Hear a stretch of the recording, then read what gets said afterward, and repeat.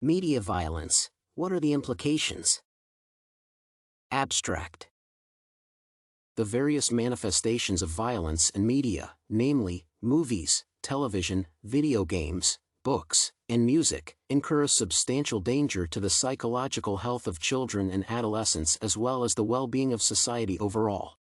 Media violence implies all types of mass communication that portray the action of using force, the risk of applying force, or the outcomes of using force against or by media characters, including cartoon beings. Thus, this research paper aims to present both sides on the issue of media violence and advance 3 claims that prove its harm to the mental health of people, especially juveniles. Discussion. Despite the presence of extensive research evidence on the harmful effect of media violence on people, a fierce debate is continuing on this theme. On the one hand, referring to numerous studies, many researchers and organizations argue that media violence can promote the development of aggressive behavior, depression, anxiety, desensitization to violence, phobias, and nightmares in media consumers. Moreover, they have many obvious and dramatic examples, where adolescents imitating the action of film heroes commit terrible and ruthless crimes, harming or murdering many people, even their close relatives. For instance, in Riverside, California, 2 real-life half-brothers killed their mother and then dismembered her body. During interrogation by the police, they confessed that this act was copied from the episode of The Sopranos. It should be added that the American Psychological Association, APA, and the American Academy of Pediatrics are among the authoritative organizations that oppose violence in the media. On the other hand, critics argue that this statement is incorrect, indicating different methodological issues presented in the studies proving the harm of media violence. The primary problems are the absence of reliable and standardized measures of media violence and aggression, the presence of other social factors, and the failure to determine the link between aggression and violent crime rates. In addition, opponents also draw attention to research published in peer-reviewed scientific journals, which has shown the absence of a correlation between media violence and violent behavior. Lastly, they assert that many films only reproduce what is happening in reality, and to hide this would mean to conceal the truth. Aggression. The first claim relates to the argument that media violence promotes aggressive behavior in individuals. According to the American Psychiatric Association, it has been estimated that by the time the average U.S. citizen becomes an adult, he or she manages to watch 200,000 acts of violence and 16,000 simulated murders. In this regard, the research has demonstrated that violent scenes in media can increase physical and emotional arousal and the level of cortisol, as well as provoke hostile thoughts in children. It has been noticed that teenagers affected by excessive use of media become more irascible and irritable to external stimuli, cruel or insensitive to the pain of others, and even careless to objects. Furthermore, individuals continually consuming brutal media, especially video games, have lower blood pressure and heart rate in reaction to the real presence of violence. In this context, the issue of video games requires special consideration since they are not only full of violent scenes but also cause the strongest addiction by influencing the dopamine system. In particular, in the 2015 German representative survey, 50% of adolescents aged from 14 to 17 years confirmed that they play ruthless video games. Craig Anderson and his colleagues showed in their study that college students who were actively engaged in playing brutal video games were more inclined to delinquent behavior and the expression of aggression.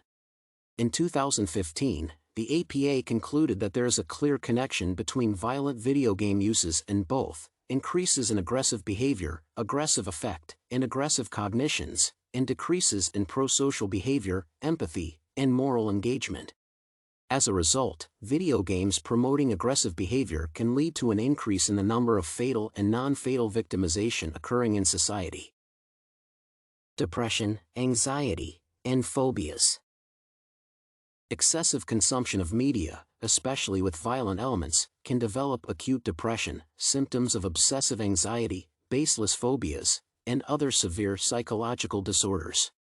For instance, a study involving children and adolescents revealed that around 10% of participants suffered from pathological addiction to video games and had signs of social phobias or depression and significantly lower school performance. It is worth noting that, in children, the expression of childhood depression, hopelessness, and sadness appear in other ways than in adults. According to Feldman, 2020, childhood depression can be manifested through avoidance of ordinary activities, unfounded fears, or impulsiveness. Moreover, because of addiction to media, especially video games, youths begin to feel solitude, become self-contained and suspicious, and acquire antisocial patterns of conduct, which ultimately result in dissatisfaction with life, extremism, and delinquency. Alava et al. State that social media facilitates propaganda of extremism and its organization and serves as a platform where people who feel isolated are encouraged to join extremist or radical movements. Finally, it should be added that the absence or lack of healthy activities, communication, and personal achievements complicate depression, sadness, and loneliness. Cyberbullying. Another form of violence that gains increasing alert among pedagogues and parents and can be promoted by media is cyberbullying, which involves harassment, humiliation, threats, or torments through technology. This phenomenon possesses different forms, such as impersonation, that is, fake accounts, and flaming, namely, posting derogative comments, trolling, trickery, cyberstalking, and denigration, that is, posting gossip and rumors about someone. A survey performed by the Cyberbullying Research Center in 2016 demonstrates that approximately 34% of middle and high school students have encountered cyberbullying. Some were cyberbullied many times. It is worth noting that cyberbullying results in considerable negative outcomes and can produce anxiety, depression, a feeling of solitude, low self-respect, loss of interest in studies, and even the use of drugs or alcohol. Furthermore, there are numerous incidents when virtually harassed teenagers commit suicide or an act of revenge.